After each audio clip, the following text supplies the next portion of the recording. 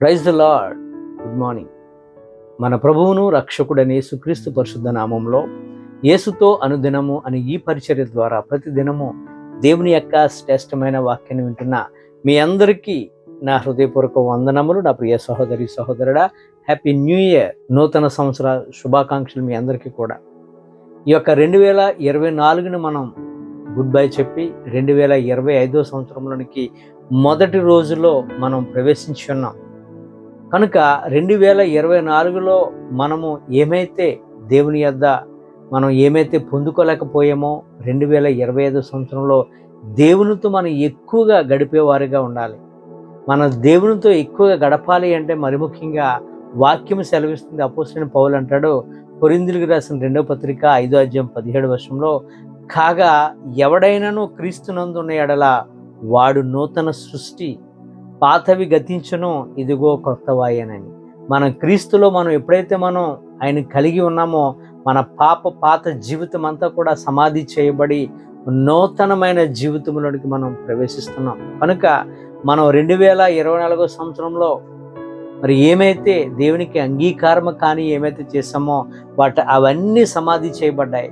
ఈ 2025 సంవత్సరంలో ఈ యొక్క మొదటి దినం ప్రారంభం మొదలుకొని 2026 మరలా మొదటి జనవరి తేదీ వరకు కూడా పరిశుద్ధాత్మ దేవుడు మిమ్మలను నన్ను మనందరినీ కూడా ఆయన యొక్క కాపుదలతో ఎటువంటి పాపం వైపుకు వెళ్లకుండా దేవుడు మనలను సంరక్షించును గాక. క్రొత్త సంవత్సరంలో ఉన్నాము అంటే మన అన్నీ కూడా క్రొత్తవైపోవాలి. అంటే మన యొక్క ఆలోచన సమస్తము అన్నీ కూడా నూతన పరచబడాలి. మనము రాత్రి మనం కొన్ని తీర్మానాలు తీసుకున్న దేవుని సన్నిధిలో, ఆ తీర్మానాలను మనం ఏదో సరదాగా నెల 2 నెలల్లో వాటిని కొనసాగించడం కాదు. ఆ తీసుకున్న తీర్మానము మనం భయముతో భక్తితో కొనసాగించాలండి. అప్పుడే మనం దేవునికి దగ్గర కాగలం. అప్పుడే దేవుని యొక్క కనుదృష్టి మన మీద ఉంటుంది. ఒక పాట ఉంటుంది, నూతన పరచుము దేవా నీ కార్యములు నా ఎడల. నూతన పరుషము ప్రభువా నీ కార్యాలు నా ఎడల. అంటే మనం నూతనం ప్రభువుని అడుగుతున్నాం. పాట వరకే పాడుతున్నామా? మనం నూతన పరచబడాలి. ఎవ్రీడే మన యొక్క పరిస్థితులన్నీ కూడా నూతన పరచబడాలి. మనం ఏం చేయాలన్నా మన నుండి ఉంటేనే చర్య ప్రతిచర్య అని ఉంటుంది. మన నుండి చర్య ఉంటే దేవుని యొద్ద నుంచి ప్రతిచర్య మనకు వస్తుంది. కనుక ప్రతి ఒక్కరూ కూడా ఈ యొక్క 2025 సంవత్సరంలో మనం చేయవలసిన ప్రార్థన మరి ముఖ్యంగా ఏంటంటే, అదివు ప్రభు ఇదివు ప్రభు అని కాదు, నా యొక్క ఆత్మీయ స్థితిని అభివృద్ధిపరచు ప్రభువా, నీ యొద్ద నిత్యము ఎక్కువగా గడిపే భాగ్యాన్ని నాకు నా కుటుంబానికి ఇవ్వు ప్రభువా. కుటుంబ ప్రార్థన ఎన్నడూ మానకుండా చేసుకునే ధన్యత ఇవ్వు ప్రభువా. ఈ ఏకాంత ప్రార్థనను ఎన్నడూ కూడా విడవకుండా స్కిప్ అవ్వకుండా నీ దయ నీ కనికరము నా పట్ల చూపు ప్రభువా అంటూ అనుదినము మనము దేవుని యొద్ద మనం గడిపేవారికి ఉండాలి. మొదటగా మనం చేయవలసింది ఏంటంటే, ఆయన యొక్క నీతిని ఆయన రాజ్యాన్ని మనం వెతికేవారికి ఉండాలి. దాని కొరకు మనం ప్రయాసపడాలి. మనం ఎప్పుడైతే ప్రయాసపడతామో దేవుని యొక్క అమూల్యమైన గిఫ్ట్, ఆయన యొక్క బహుమానంతో మనలను అలంకరిస్తాడు. కనుక ఈ యొక్క నూతన సంవత్సరంలో మన జీవితంలో దేవునికి దగ్గర అవ్వడానికి ఆయన నుంచి మనం నేర్చుకోవాల్సిన 3 లక్షణాలు మనం నేర్చుకొని ఈ యొక్క వాక్యాన్ని మనం ముగించుకుందాం. మొదటిగా మనము వెనుకున్నవి మరిచి ముందున్న వాటి కొరకు వేగిరపడండి. వెనకాల ఏమైతే ఉన్నాయో వాటన్నిటిని మర్చిపోండి. ముందున్న వాటి కొరకు ఏం చేయాలి ప్రభు అని వాటి కొరకు వేగిరపడండి. ఉదాహరణకు అపోస్తలుడైన పౌలు గారికి వెనుక ఉన్నాయి, చాలా ఉన్నాయి. ఆయన జీవితంలో అన్నిటినీ ఆయన ఏం చేశారంటే పెంటగా ఎంచాడు. మన వెనుక చాలా ఉంటాయి, ఆస్తి ఐశ్వర్యాలు పలుకుబడి అన్నీ ఉంటాయి. వీటన్నిటిని పక్కన పెట్టి ముందున్న వాటి కొరకు నేను ఏం చేయాలి ప్రభు నీ కొరకు అని మనం ముందు చూపుతో వెళ్ళేవారిగా ఉండాలి. రెండవదిగా 2వ లక్షణం మనం చూసినట్లయితే, గత కాలంలో మన లైఫ్లో జరిగినటువంటి బ్యాడ్ సిచ్యువేషన్స్ ఏమైతే ఉన్నాయో వాటన్నిటినీ మర్చిపోవాలి. ఉదాహరణకు దావీదును చూడండి. దావీదు యొక్క జీవితంలో మనం చూసినట్లయితే బెత్షెబ దావీదుకు పుట్టిన కుమారుడు. మరి కాయిలా పడినప్పుడు, అనారోగ్యంతో ఉన్నప్పుడు ఎంతో ఉపవాసంతో ఉండి దొర్లి దొర్లి ఏడ్చాడు తన కుమారుడు కొరకు దావీదు.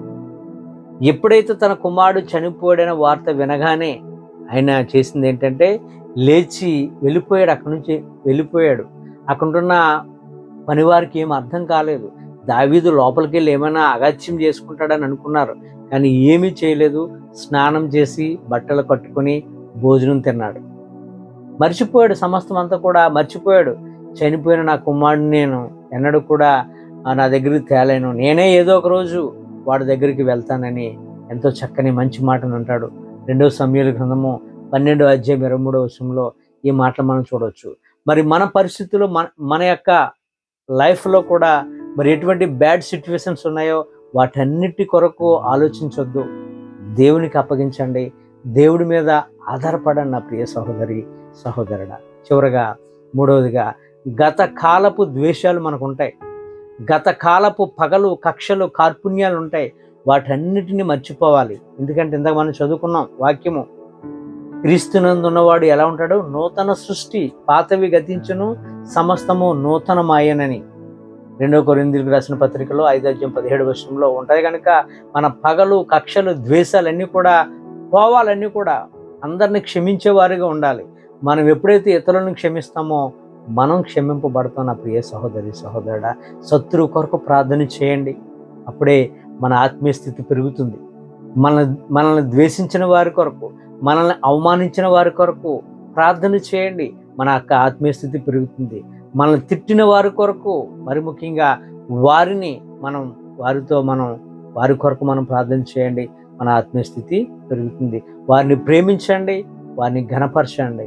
అదే ప్రభు ఈరోజు ఈ యొక్క 2025 సంవత్సరంలో మొదటి దినాన దేవుడు మనకు నేర్పే పాఠం ఏంటంటే మనం ఇతరుల కొరకు ఎక్కువగా ప్రార్థించేవారిగా ఉండాలి.